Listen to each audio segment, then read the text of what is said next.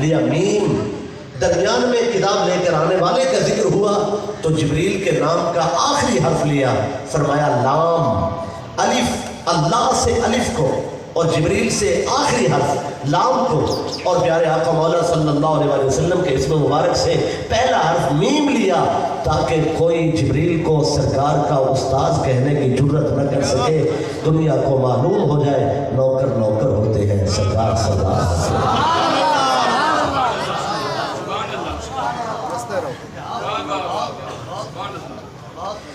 آغاز کتاب سے ہی معلوم ہو جائے کہ اللہ نے سروری اور سرداری کا تاج کے سر اقدس پہ سجایا ہے اس ہستی کو محمد مصطفیٰ صلی اللہ علیہ وآلہ وسلم۔ ذالک الکتاب لا ریب فیہ۔ حاضرین، آج بہتر تو یہ تھا کہ مصر کا ذکر ہوتا، یوسف علیہ السلام کا ذکر ہوتا، کیا بات ہے، لیکن چونکہ وقت اتنا مختصر ہے تو اس لیے ان کا ذکر کرتے ہیں جن کی بارگاہ میں یوسف کی زیارت کے لیے۔ سہن حرم میں، مکہ مکرمہ کعبہ معظمہ، سہن حرم میں عمر بن حشام ابو جہل ایک شخص سے بات کر رہا ہے کہ میں روزانہ کی شکست سے تنگ آ گیا ہوں، اب میں نے فیصلہ کیا ہے کہ باہر سے عالم بلانا چاہتا ہوں۔ ہوا حبیب بن مالک بن عوف بن مسلم المازنی الجمنی، وہ حبیب بن مالک ہے۔ وَلَهُ مِنَ الْعُمَرِ 140 سَنَةً، 140 سال اس کی عمر ہے۔ تحفظ، پہلے وہ یہودی تھا، یہودیوں کا عالم تھا۔ وتنصر، پھر نصرانی ہو گیا، نصارہ کا عالم تھا۔ وما ترک کتابا الا وقد درسہ وقرأہ، کوئی کتاب ایسی نہیں ہے جس کا اس نے مطالعہ نہ کیا ہو۔ اسے میں مناظرے کے لیے لا رہا ہوں۔ معہ 20,000 فارسی، 20,000 گھڑ سوار اس کے ساتھ ہوتے ہیں۔ وبأیدیہم سلاح، ان کے ہاتھوں میں تلوار ہوتی ہے۔ جب یہ فیصلہ کرنے کے لیے آتا ہے، فیصلہ تسلیم کیا جائے تو ٹھیک، نہیں تو یہ سر قلم کر دیتا ہے۔ میں اسے مناظرے کے لیے لا رہا ہوں۔ اب جو شخص سن رہا تھا وہ بظاہر کافر تھا اور اندر سے مسلمان تھا، اسے یہ بات تکلیف ہی دے رہی تھی۔ اس نے کہا عمر بن حشام، تمہاری عقل ظاہر ہو چکی ہے، تمہارا دماغ خراب ہو گیا ہے، اب تم اول فول بکتے ہو، تمہیں یہ پتہ نہیں چلتا تم کیا کہہ رہے ہو۔ جسے تم کہہ رہے ہو کہ مناظرے کے لیے لا رہا ہوں، پہلے یہودی تھا، یہودیوں کا عالم تھا، پھر نصرانی تھا تو نصارہ کا عالم تھا، آج کل وہ نئے مذہب کی تلاش میں ہے۔ جو خود ایک مذہب میں ثابت قدمی کے ساتھ نہیں رہ سکتا، وہ پیارے محمد سے کیا مناظرہ کرے گا۔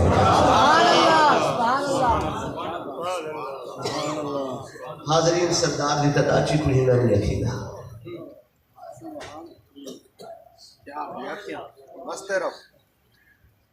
عمر بن حشام نے کہا تم سے تو بات کرنے کا ہی مزہ نہیں۔ اس شخص نے سرکار صلی اللہ علیہ وسلم کی خدمت میں حاضری دی، عرض کی سرکار وہ یہ کہہ رہا ہے کہ میں عرب سے، یمن سے عالم لا رہا ہوں مناظرہ کرنے کے لیے۔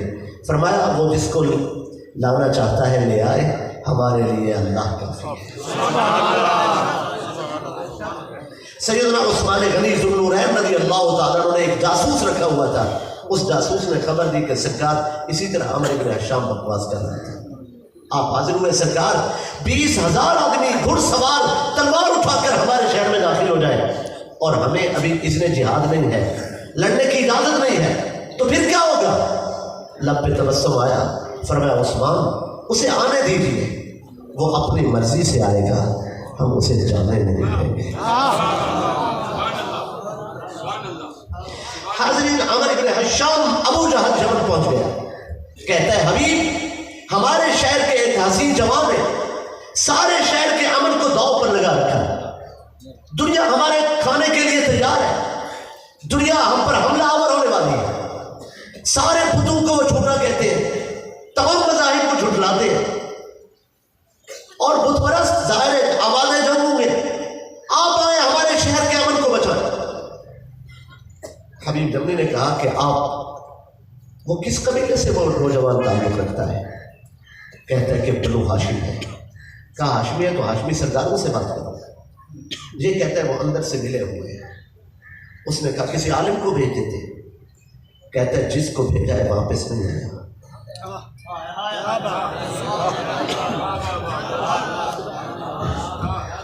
اس نے سوال کیا وہ اپنے پاس کیا رکھتے ہیں؟ کون سی دولت ہے؟ کیا سرمایہ ہے؟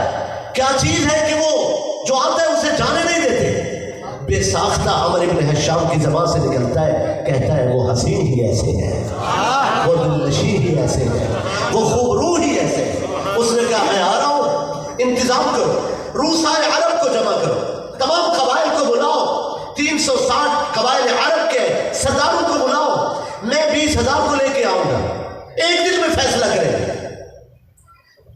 ابو جہل نے گھوڑا دوڑایا، سارے روسائے عرب سے ملا اور وقت مقررہ پر حبیب یمنی تشریف لے آئے. یہ شخص حبیب یمنی سونے چاندی کا عادی تھا، ہیرے جواہرات کا رسیہ تھا، زیب و زینت سے محبت رکھتا تھا، علم تھا اس کے پاس، حسن و جمال تھا، کردار تھا. یہ شخص بھی کچھ لینے کے لیے آنا چاہتا تھا، کچھ پانے کے لیے. سیر حرم میں پہنچا، سونے کی کرسی پہ بیٹھا. میں نے کہا اللہ 20,000 گھوڑوں کے لیے چارہ، 20,000 لوگوں کے لیے کھانا، دیگر روسائے عرب کے لیے الگ انتظام، ان کے محافظ دستے، ان کے لیے خوراک، یہ سارا بوجھ ایک عمر ابن حشام پہ ڈال دیا، ایک ہی شخص پر. فرمایا گھبرانے کی ضرورت نہیں ہے، اسے خود ہی شوق تھا. ہم نے کہا اس کا شوق پورا ہو جائے. میرے محبوب کے سجن تو ان کے نام پر روزانہ خرچ کرتے ہیں. میں نے فیصلہ کیا کہ آج خرچہ ابو جہل کا ہو اور چرچا محمد مصطفیٰ. حاضرین مجھے طوالت سے بچنا ہے. اس شخص نے کہا کہ وہ آئے ہیں؟ نہیں وہ نہیں آئے. کہتے ہیں ان کے قبیلے کے سردار کو بلاؤ. حضرت ابو طالب تشریف لائے. آج جو ان کا لباس تھا محمد بن زیاد نے اسے بیان کیا.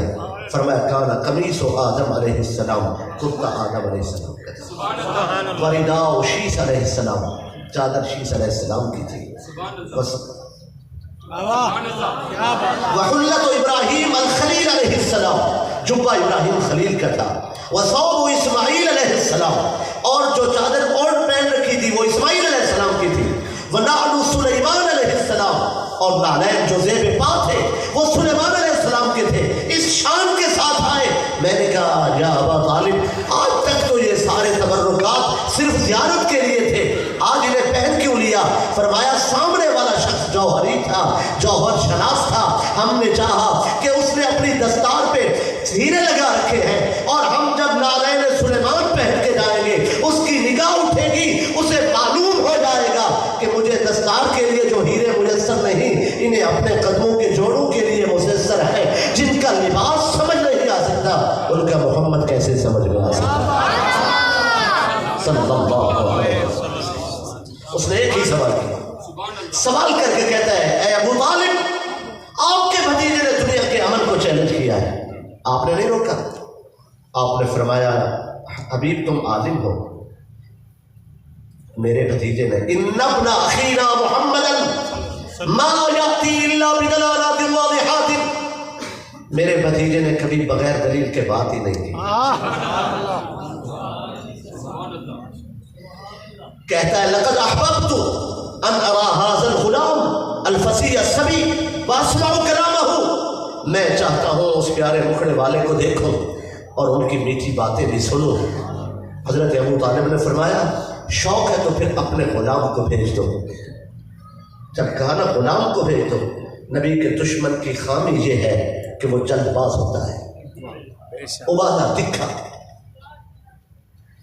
فوراً ہی ابو جہل کہتا ہے ان محمد ان حضر طول والا یحضر کرہن، اگر وہ خود تشریف لائیں، اگر وہ خود آئیں تو ٹھیک، وگرنہ ہم انہیں مجبوراً جبرن لے آئیں گے.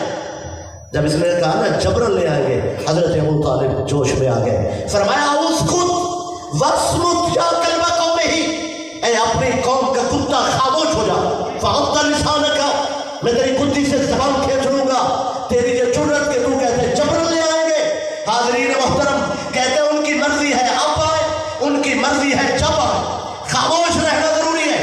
جب حضرت ابو طالب نے آواز دے کر کہا، حاضرین محترم مسلمانوں کے ہجوم میں ناموس رسالت کی بات کرنا بہت آسان ہے، کفر کے ہجوم میں ساری دنیا کا کفر سیر حرم میں جمع ہو اور ساری دنیا کے کفر کی آنکھ میں آنکھ ڈال کر جس نے سب سے پہلے ناموس رسالت پر پہرا دیا اس ہستی کو ابو طالب کہتے ہیں۔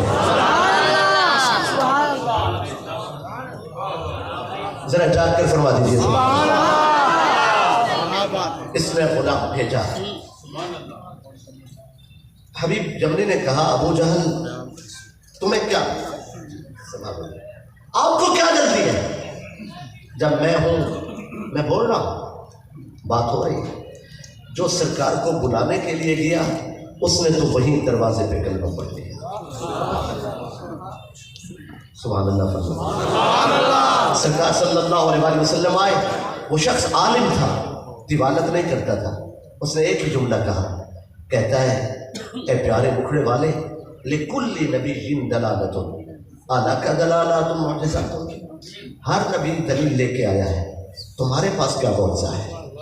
تم اپنے پاس کیا رکھتے ہو؟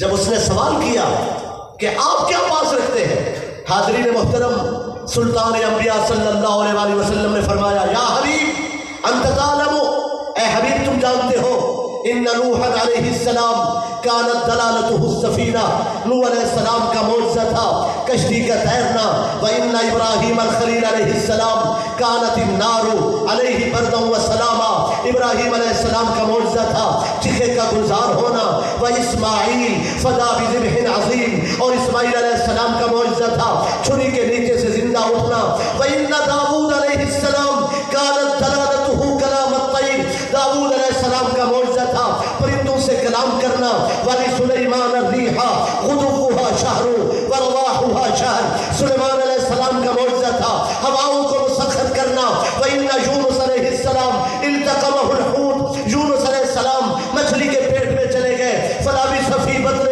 40 یوما، 40 روز تک مچھلی کے پیٹ میں رہے، اخرجہ اللہ سالما، اللہ نے انہیں زندہ باہر نکالا، وَإِنَّ یعقوب علیہ السلام کانت دلالتہ لقاء یوسف، یعقوب علیہ السلام کا معجزہ تھا یوسف کے جلووں کو پانا، وَإِنَّ یوسف علیہ السلام کانت دلالتہ الزینۃ والجمال، یوسف علیہ السلام کا معجزہ تھا حسن و جمال کے جلوے آشکارا کر کے بھوکوں کی بھوک اور پیاسوں کی پیاس اتارنا، وَإِنَّ موسیٰ علیہ السلام کانت دلالتہ العصا، موسیٰ علیہ السلام کا معجزہ تھا مبارک عصا، حین ضرب البحر، جب انہوں نے دریا پہ مارا، اغرق اللہ عدوہ، اللہ نے ان کے دشمن کو غرق کیا، ونجا نبیہ ومعہ، موسیٰ علیہ السلام اور ساتھیوں کو نجات بخشی، وَإِنَّ عیسیٰ علیہ السلام کانت دلالتہ الکلمۃ الجمجمہ، عیسیٰ علیہ السلام کا معجزہ تھا مبارک دم فرمانا، وَأَحْیَا الْمَوْتَىٰ، انہوں نے مردے اٹھائے،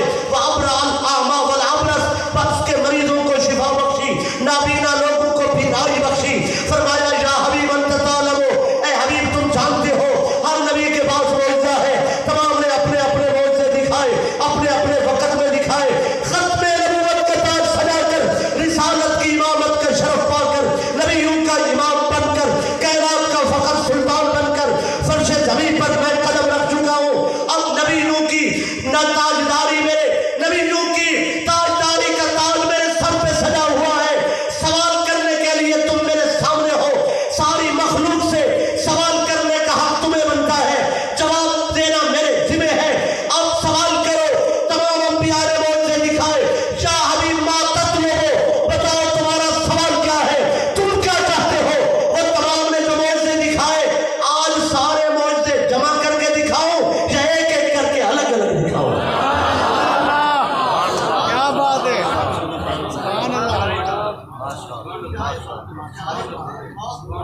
سبحان اللہ، ذرا جاگ کر فرما دیجیے کیا بات،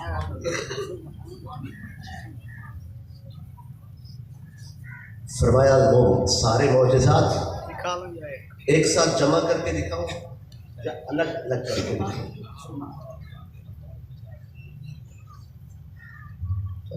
واہ واہ، سبحان اللہ، حاضرین سبحان اللہ، وہ شخص عالم تھا، کہتا ہے سرکار جو ہو چکا ہے وہ ہم نے نہیں پوچھنا، نہ ہم نے وہ دیکھنا ہے، جہاں بات ختم ہوئی ہے وہاں سے آغاز کریں گے۔ فرمایا پھر تم سوال کرو. کہتا ہے آج 13 کا دن ہے, شب 14 کی ہوگی, آپ آ جانا. جب چاند ستارے طلوع ہوں مطلع آسمان پر, فاسأل الہک ان یجعل اللیل ظلمۃ, اللہ سے دعا مانگنا کہ اندھیرا چھا جائے. فنادى القمر, اشارے سے چاند کو بلانا. کلیلۃ خمسہ, 14ویں رات میں چاند ایسے آئے جیسے 5ویں رات کا ہوتا ہے. جب آئے تو اسے کہنا وستدر وستکمل, کہ مرحلہ وار پورا ہو جائے. پہلے 6ٹھی کا, پھر 7ویں کا, پھر 8ویں کا. اسی طرح جب 14ویں کا ہو جائے اسے حکم فرمانا ارکض الی السماء رکبا, کہ آسمان پہ چڑھ جا. جب وہ اپنے گھر پہنچے وہاں رکا نہ رہے. ثم انزل حتی تقف بباب الکعبہ, آسمان سے اترے اور بڑا چاند چھوٹا ہو کر کعبے کے دروازے پہ چمکے. فقل له طف اشواطا, اسے حکم کرنا کہ طواف کعبہ کرے. طواف کے بعد ثم تأمره ان يسجد, اسے حکم کرنا کہ وہ اللہ کو سجدہ کرے. پھر اپنے پاس بلا لینا. آپ کے قریب آئے, فصیح عربی زبان میں کلام کرے. بلسان طلق فصیح عربی مبین, صاف ستھری شائستہ شستہ عربی زبان. ولا یشکل علینا, ہمیں کوئی تکلیف نہ ہو اس کی بات سمجھنے میں. صاف زبان میں بات کریں, کوئی تکلیف نہ ہو, اور ہم اس کی بات کو سمجھیں کہ وہ کیا کہہ رہا ہے. جانیں یہ محمد بن زیاد آل ابی بکر صدیق ہے. ان کا سنہ وفات 250 ہجری ہے. میں جس کتاب سے تلاوت کر رہا ہوں یاد ہے 250 ہجری. دور اولین کے بہت بڑے ادیب ہیں اور عالم ہیں. حاضرین, جب آپ نے فرمایا نا کہ سوال کیجیے, وہ کہتے ہیں کہ جب چاند آپ کے قریب آئے نا تو عربی زبان میں کلام کریں. پھر آپ کے گرد چکر لگائے, گھوم رہا ہو تو اسے ہاتھ نہیں لگانا, اشارے سے توڑنا ہے. ٹوٹ جائے فینشق بنصفین, نصف الی المشرق و نصف الی المغرب, ایک حصہ اس کا مشرق میں ایک مغرب میں. پھر فضا میں وہ بلند ہو, اس ٹوٹے ہوئے چاند کو اشارہ کرنا کہ وہ جڑ جائے. ثم کما کان کاملا, جیسے وہ تھا ویسے ہو جائے. اگر وہ ویسے ہو گیا جیسے تھا, پھر میں کلمہ پڑھوں گا, اسلام قبول کروں گا, غلامی کا توق گلے میں ڈالوں گا, آپ کے قدموں میں بیٹھوں گا, یہ تاج اتار کر قدموں میں رکھوں گا. سرکار نے فرمایا اور کیا کہنا چاہتے ہیں؟ عرض کی سرکار جب یہ شرطیں پوری ہو جائیں گی کلمہ پڑھوں گا, میرے دل میں ایک سوال ہے, اس سوال پر بات بعد میں ہوگی. لب پہ تبسم آیا, فرمایا اسی سوال پر بات پہلے ہوگی.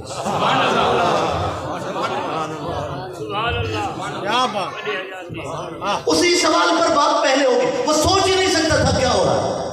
فرمایا اسی پر بات پہلے ہوگی. فرمایا تمہاری شرطیں ہمیں قبول ہیں, لیکن جو تم کہنا چاہتے ہو کہ بات بعد میں ہوگی.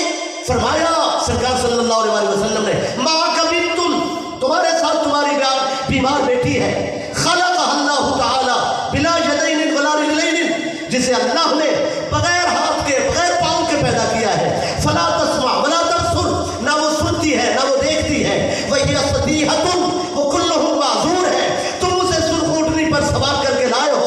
تم نے کہا تھا اگر جادوگر ہوں گے تو سر قلم کر دوں گا, اگر نبی ہوں گے تو اپنا سر نذرانہ پیش کروں گا. اب تم سوچ رہے ہو کہ اگر چاند اترتا رہا اور پھر چاند چڑھتا رہا تو کلمہ پڑھوں گا, اور اگر چاند نہ چڑھا سکے تو پھر میں کلمہ ہی نہیں پڑھوں گا, خیرات بھی نہیں مانگوں گا. فرمایا بیمار دروازے پہ آ گیا ہے, ہم کسی کے دکھ زیادہ دیر سہنے کی عادت نہیں رکھتے, اب انتظار ختم ہو گئی ہے. فرمایا کلمے کا مسئلہ تم سوچ رہے ہو چاند چڑھے گا تو کلمہ پڑھیں گے. فرمایا وہ چڑھے گا, لیکن کلمے کا فیصلہ یہ تمہارے ضمیر کا فیصلہ ہے. ہم کسی کو خیرات دینا چاہیں تو اس کا مذہب نہیں پوچھا کرتے.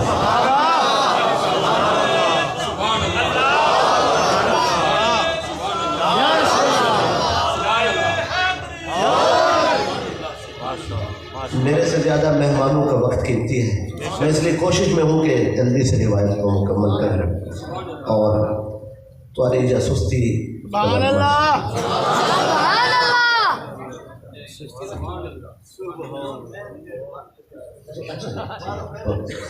بہت اچھا۔ حاضرین سبحان اللہ، فرمایا سرکار صلی اللہ علیہ وسلم نے ہاتھ اٹھائے، یہ ہاتھ ابھی چہرے تک نہیں پہنچے تھے، شفا خیمے میں داخل ہو گئی۔ اگر سرکار کے گھر کا حال نہ سنایا جائے پھر تقریب نہیں رہتی۔ یہ جو مصری حضرات ہیں نا جی، یہ آل رسول کی محبت میں پوری دنیا میں شہرت رکھتے ہیں۔ آپ کسی سے پوچھیں، المصریون المشہورون فی حب الرسول و حب آلہ۔ میں آپ کو صحیح کہہ رہا ہوں؟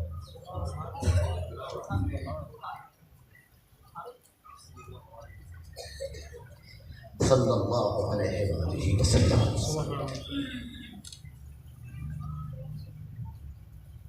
سارے پاسے ہر شے کا اعلان تھی ہے۔ اج کل پلاسٹک کے برتن بیچنے والے بدل انہوں کا بھی اعلان تھی ہے، گوشت کا بھی اعلان تھی ہے، سبزی کا بھی۔ میں بھی اعلان کرنا، حضرات کے اعلان سنو، سبحان اللہ کا وقت ہی ہے۔ سبحان اللہ۔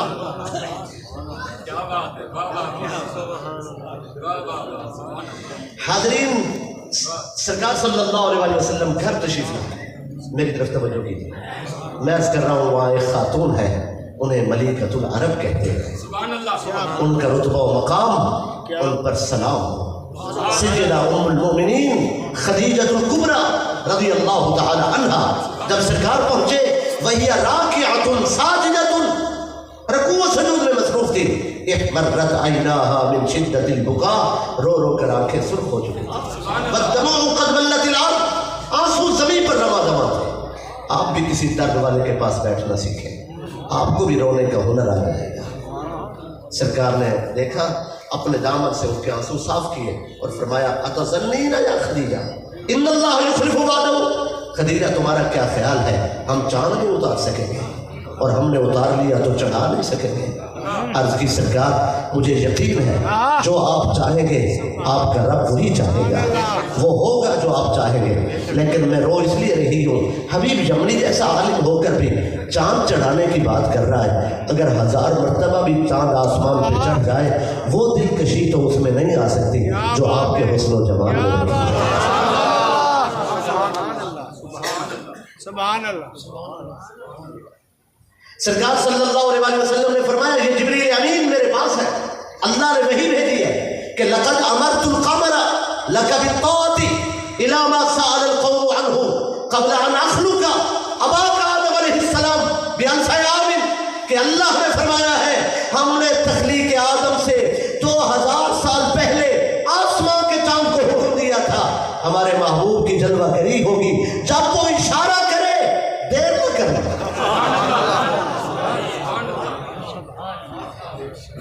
آگے رات کے سرکار جبل ابی قبیس میں پہنچے، دعا کے لیے ہاتھ اٹھائے، چاند ستارے چھپ گئے، چہرے پہ نقاب ڈالا، اندھیرا چھا گیا۔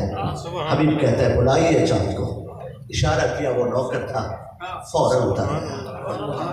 مرحلہ وار پورا ہو جا، وستدیر وستکمل، فرماتے نا وستکمل وہ 14ویں کا ہوتا، فرمایا وستدیر وستکمل، 6ٹھی 7ویں 8ویں لوگوں کے سامنے وہ مکمل ہوتا رہا، اور پھر وہ 14ویں کا ہو گیا۔ فرمایا ارکض الی السماء رکضا، چڑھ جائیے آسمان پر، وہ بلند ہوا، فرمایا انزل، پھر اتر آئیے۔ وہ در کعبہ پہ چمک رہا تھا، اس کا مقدر بھی چمک رہا تھا، فرمایا طف اشواطا، اس نے طواف کیا، فرمایا اسجد للہ، اللہ کے لیے سجدہ ہے، اس نے سجدہ کیا، فرمایا میرے قریب آؤ، یہاں سے یہ مسئلہ قرب کا میں سمجھا ہوں، جسے قریب ہونے کا شوق ہو وہ سجدے کی عادت، قریب آیا تو قریب آ کے چمک رہا۔ اس نے فصیح عربی زبان میں کہا السلام علیکہ یا رسول اللہ، سرکار نے فرمایا وعلیک السلام ایھا القمر، پھر وہ سرکار کے گرد گھوم رہا تھا. آپ سوچ رہے ہوں گے اس کے گھومنے کا منظر کیا ہوگا. محمد بن زیاد لکھتے ہیں کہ وہ کیسے گھوم رہا تھا. کہتے ہیں یدخل من جیبہ ویخرج من ذیلہ. جب وہ گھومتا تھا ہم دیکھ رہے تھے کہ ادھر چمکتا ہے اور پھر یہاں چمکتا ہے. ویخرج من ذیلہ, یہاں چمکتا ہے اور پھر یہاں چمکتا ہے. یہ درمیان میں غائب کیوں ہو جاتا ہے؟ فرمایا وہاں حسن تھا, وہاں جمال تھا. سرکار کے مبارک حسن سے کوئی حجاب اٹھا تھا جس کی رہنائی میں چاند گم ہو جاتا تھا.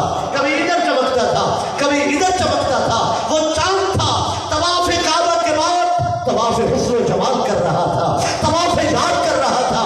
اور پھر وہی نور کو توڑنے کے لیے ہتھوڑے نہیں اٹھائے جاتے, یوں انگشت اٹھی, اتنا نور نکلا کہ چاند کا سینہ تو لخت ہو گیا, چاند تڑخ ہوا تو حصوں میں بٹ گیا, ایک حصہ مشرق میں ایک حصہ مغرب میں. مگر ایک جملہ محمد بن زیاد نے بہت خوب لکھا ہے. کہتے ہیں سرکار نے جو جبہ پہن رکھا تھا اس کے 2 جیبیں تھی, اس کی ادھر بھی تھی اور ادھر بھی. فرمایا یدخل من کمہ الایمن ویخرج من کمہ الایسر. کبھی اس جیب سے نور نکلتا, یہاں چاند کا مکھڑا روشن ہو جاتا, اور کبھی اس جیب سے نور نکلتا, چاند کا چہرہ ادھر روشن ہو جاتا. چمک تجھ سے پاتے ہیں سب پانے والے, میرا دل بھی چمکا دے اے چمکانے والے. پھر چاند کو خیرات عطا کی عشق کی, چاند بٹ گیا ٹکڑے ہوا. محبوب ایسا ہی کرتے ہیں. اور پھر جب وہ ٹوٹ گیا پھر اسے اپنی ادائے ناز سے چھوڑ دیا.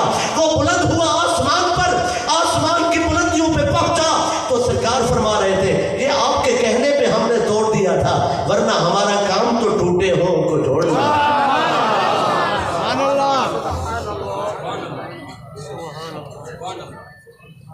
سبحان اللہ. آسمان جب آسمان پر چاند بلند ہوا, حاضرین محترم, وہ آواز جو 20,000 تھے ان میں سے 600 لوگوں نے کلمہ پڑھا, اور موسیٰ عرب میں سے 60 بندوں نے کلمہ پڑھا. آپ کہتے ہیں کہ سارے آج ہی مسلمان کیوں نہیں ہو جاتے؟ چاند اتر رہا تھا, چاند چڑھ رہا تھا, انگلی کے اشارے سے اس کا کلیجہ چل رہا تھا, اور انگشت کے نور سے اس کے زخم سیے جا رہے تھے, اور اسے آسمان پہ چڑھایا جا رہا تھا. دیکھنے والوں نے پھر بھی کلمہ نہیں پڑھا.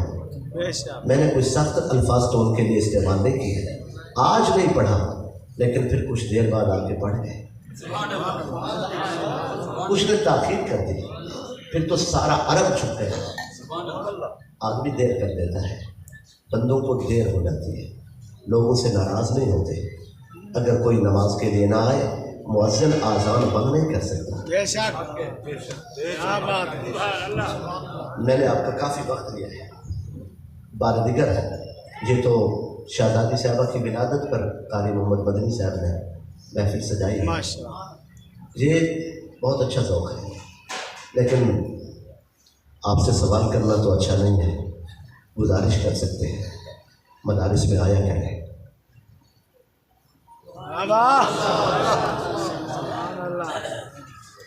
مدارس میں ہمارے سرمایہ ہے, اصل اثاثے ہمارے مدارس میں ہیں, قیمتی لوگ ہیں. آپ جن اسٹیجوں پہ ڈھونڈتے ہیں وہ مدارس میں ہوتے ہیں.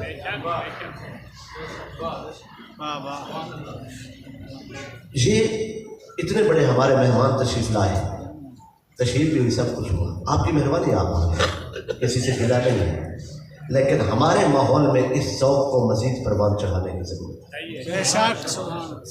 میں معذرت خواہ ہوں. پہلے تو یہ اشر ہوتا تھا ایصال ثواب کی نشست میں, جب قرآن مجید, قرخانی, چیلم وغیرہ جہاں جمع ہوتے تھے, ہمارے حضرات جیسے پڑھتے تھے ہمیں بھی شرم آتی تھی, اور معذرت فاس سے تھوڑا سا اچھا پڑھتے تھے, لیکن پڑھنے کا بھی ایک معیار ہوتا ہے.